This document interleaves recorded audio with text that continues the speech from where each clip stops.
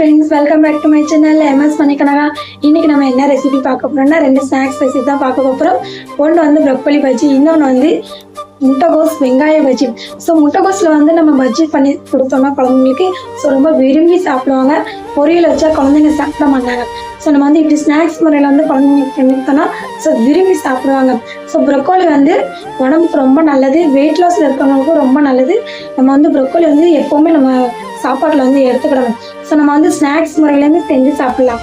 So வாங்க வீடியோக்குள்ள போகணும். அன்று காதல் பண்ணியது உந்தன் கண்ணம் கிள்ளியது அடி. ஃப்ரெண்ட்ஸ், ஃபஸ்ட்டு நம்மளுக்கு பஜ்ஜி பண்ணுறதுக்கு தேவையான பொருட்களை வந்து நம்ம ஒரு பிளேட்டில் எடுத்து வச்சுக்கலாம். ஃபஸ்ட்டு வந்து கேபேஜ் ஆனியன் பஜ்ஜியாக தான் நம்ம அதுக்குள்ளே இன்க்ரீடியன்ஸ் தான் நம்ம ஃபஸ்ட்டு ரெடி பண்ணி வைக்க போகிறோம்.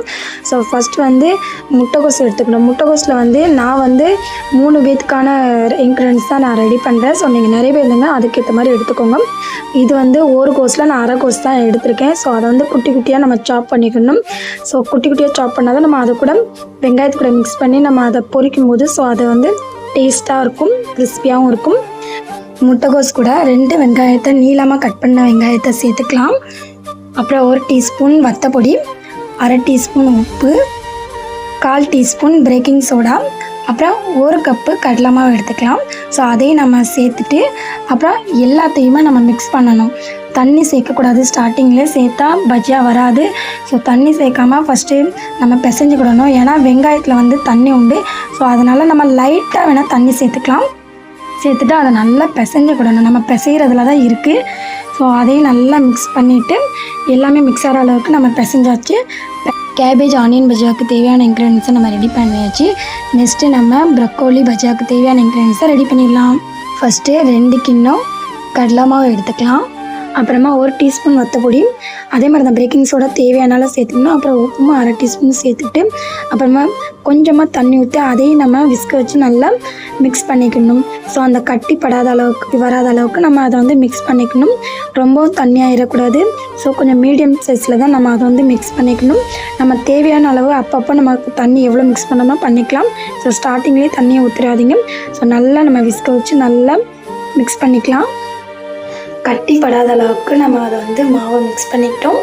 பஜ்ஜிக்கு தேவையான நம்ம இன்க்ரீடியன்ஸ் வந்து ரெடி பண்ணியாச்சு. 2 இதுக்குமே நம்ம ரெடி பண்ணிட்டோம். பஜ்ஜி பொரிச்சு எடுக்கிறதுக்கான எண்ணெயை வந்து நம்ம ஃபஸ்ட்டு சூடு பண்ணி எடுத்துக்கலாம். நம்ம வந்து குழந்தைங்களுக்கு இப்படிலாம் செஞ்சு கொடுத்தோம்னா குழந்தைங்க வந்து விரும்பி சாப்பிடுவாங்க. ஸோ ஈவினிங் டைமில் வந்து குழந்தைங்களுக்கு ஸ்நாக்ஸ் செஞ்சு கொடுத்தோம்னா விரும்பி சாப்பிடுவாங்க. ஸோ ஃபஸ்ட்டு வந்து ப்ரொக்கோலியை தான் நம்ம பொரிச்சு எடுக்க போகிறோம். நம்ம ஃபஸ்ட்டு வந்து ஒன்றா நம்ம மிக்ஸ் பண்ணிக்கலாமா. அந்த மிக்சிங்கில் மிக்ஸ் பண்ணி நம்ம பொரிச்சோம்னா கிறிஸ்பியாகவும் இருக்கும், டேஸ்ட்டாகவும் இருக்கும். இது வந்து கெச்சப்பில் வச்சு சாப்பிட்லாம், டொமேட்டோ கெச்சப், அப்புறம் மயோனீஸு, அப்புறம் தேங்காய் சட்னி கூட வச்சு சாப்பிட்லாம். ரொம்ப டேஸ்ட்டாக இருக்கும். நீங்களும் உங்கள் குழந்தைங்களுக்கு வந்து செஞ்சு கொடுத்து பாருங்கள். குழந்தைங்க வந்து மறுபடியும் கேட்பாங்க, அம்மா எனக்கு செஞ்சு தமான்னு சொல்லிட்டு கேட்பாங்க. நீங்கள் கண்டிப்பாக இதை ட்ரை பண்ணுங்கள். பஜ்ஜியை வந்து நம்ம அது நல்லா வெந்த பிறகு கொஞ்சம் பெரட்டி போட்டுக்கலாம். பெரட்டி போட்டுக்கிட்டு அது கொஞ்சம் வேகணும். வேகாமல் எடுத்து கொடுத்துடக்கூடாது. நல்லா வெந்த பிறகு நம்ம அதை ஆயிலேருந்து எடுத்து அப்படியே பிளேட்டுக்கு மாற்றிக்கலாம். 1 பை 1 நம்ம அந்த எண்ணெயை வந்து இருத்துட்டு நம்ம அதை பிளேட்டுக்கு மாற்றிக்கலாம். அப்புறமா நம்ம நெக்ஸ்ட் வந்து கேபேஜ் வெங்காய பஜ்ஜியாவை நம்ம பொரிச்சு எடுத்துக்கலாம். வெங்காயம் வந்து குட்டி குட்டி பவுலாகவும் போடலாம். அது வந்து பிள்ளைங்களுக்கு வந்து எடுத்து சாப்பிட்றதுக்கு நல்லாயிருக்கும். இல்லைனா உதிரி மாதிரி நம்ம போட்டு எடுக்கலாம். அது நம்மளோட இஷ்டம், நம்ம எப்படினாலும் பொரிச்சு எடுத்துக்கலாம். நான் வந்து உதிரியாக தான் பொரிச்சு எடுத்தேன். அது வந்து பிச்சு சாப்பிட்றதுக்கும் நல்லாயிருக்கும். நல்லா ப்ரௌனாக வரணும். ப்ரௌனாக வந்த பிறகு தான் அதை வந்து கொஞ்சம் பெரட்டியும் போட்டுக்கணும். போட்டுட்டு அப்புறமா ப்ரௌனாக வந்த பிறகு நல்லா வெந்த பிறகு நம்ம அதை எடுத்து பிளேட்டுக்கு மாற்றிக்கலாம். நம்மளோட ப்ரொக்கோலி பஜ்ஜியாகவும் கேபேஜ் ஆனியன் பஜ்ஜியாகவும் ரெடி. இது வந்து குயிக்காக நம்ம 5 நிமிஷத்தில் 10 நிமிஷத்தில் பண்ணக்கூடிய ரெசிபி தான். நீங்களும் உங்கள் வீட்டில் ட்ரை பண்ணி பாருங்கள்.